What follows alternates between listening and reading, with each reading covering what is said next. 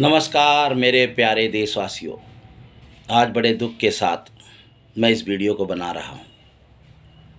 आज मुझे दिख रहा है कि मेरा देश कहाँ जा रहा है। लोकतंत्र और संविधान ख़त्म होता जा रहा है, क्योंकि जो इस सत्ता में बैठे हैं लोग ये भूल रहे हैं कि जो आंसू गैस के गोलियां जो किसानों पर चला रहे हैं, उनके लिए जो कीलें गाड़ी गई हैं सड़कों पर, जो सड़कों पर सीमेंट की दीवारें चीनी गई हैं, ये भूल गए हैं कि वो हमारे देश के नागरिक हैं, वो हमारे देश के अन्नदाता हैं, जिनके ऊपर ये इतना जुल्म ढा रहे हैं। अब तक कई किसानों की शहादत हो चुकी है। सिर्फ वो अपनी मांगों के लिए दिल्ली आ रहे थे और उन्हें बॉर्डरों पर रोका जा रहा है। ऐसा लगता है जैसे पाकिस्तान और हिंदुस्तान की जंग छिड़ गई हो। इतना भयानक मंजर आज हमारे बॉर्डरों पर हो रहा है और वो किसानों के साथ हो रहा है।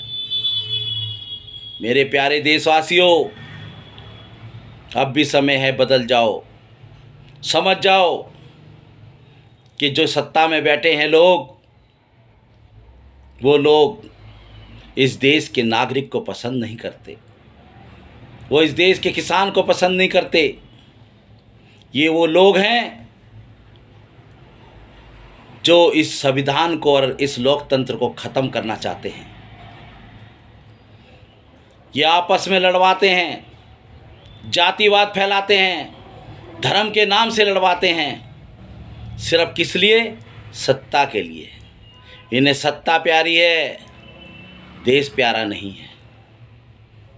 ये लोग इस देश को टुकड़े टुकड़ों में बांटकर, जैसे अंग्रेज राज करते थे, ऐसे ही ये राज करना चाहते हैं।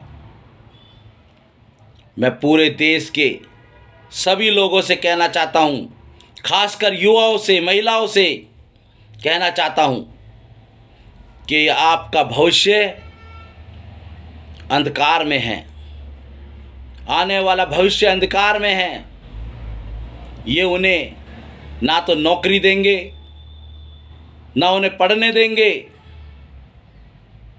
उन्हें गुलाम बनाने की ओर ले जा रहे हैं। इस देश के लोगों को गुलाम बनाने की ओर ले जा रहे हैं। ये लोग इस देश के कभी हितैषी नहीं हो सकते। जो लोग अंग्रेजों के साथ मिलकर देश की आज़ादी का विरोध करते थे, जो लोग हमारे स्वतंत्रता सेनानियों को गोलियां मरवाते थे, फांसी तक चढ़वाते थे, जिन्होंने देश की आज़ादी का विरोध किया, आज वो इस देश के सच्चे राष्ट्रवादी बने हुए हैं। और जिन्होंने देश की आज़ादी लड़ी, जिन्होंने शहादत दी, देश के लिए कुर्बानी दी, देश के लिए जेलों में सड़े, देश के लिए फांसी तक चढ़े, आज वो उन्हें गद्दार कहते हैं। क्या समय है मेरे प्यारे देशवासियों, समय है, चेत जाओ, समझ जाओ, नहीं तो 2024 के बाद कुछ नहीं बचेगा। सिर्फ बचेगा हाथ में कटोरा, और कटोरे में भीख देने वाला भी कोई नहीं बचेगा। सब कुछ अडानी अंबानी हो जाएगा। इसलिए आपसे हाथ जोड़कर प्रार्थना करता हूँ, इस देश को बचा लो, इस देश को बचा लो। जो सत्ता में बैठे हैं ये लोग आपको गुमराह कर रहे हैं, इनकी कोई गारंटी नहीं है। पुलवामा हमला हुआ, पुलवामा हमले में हमारे 40 सैनिक शहीद हुए, आज तक उनकी कोई इंक्वायरी नहीं हुई। देश को नहीं पता कि वो पुलवामा हमला किसने कराया। उनके नाम से वोट मांगी गई और सत्ता में आ गए। आज मैं उन पुलवामा हमले की उन 40 सैनिकों की जो शहीद हुए उनके नाम से ही आपको कहना चाहता हूँ कि देश को बचा लो। जो सत्ता में बैठे हैं ये लोग इस देश के नहीं हो सकते। जो इतना गंदा काम, जो इतना गंदा खेल हमारे देश के लोगों के साथ खेल रहे हैं। अगर कॉलेज के बच्चे प्रदर्शन करते हैं तो टुकड़े टुकड़े गैंग हो जाते हैं। किसान प्रदर्शन करते हैं तो खालिस्तानी हो जाते हैं।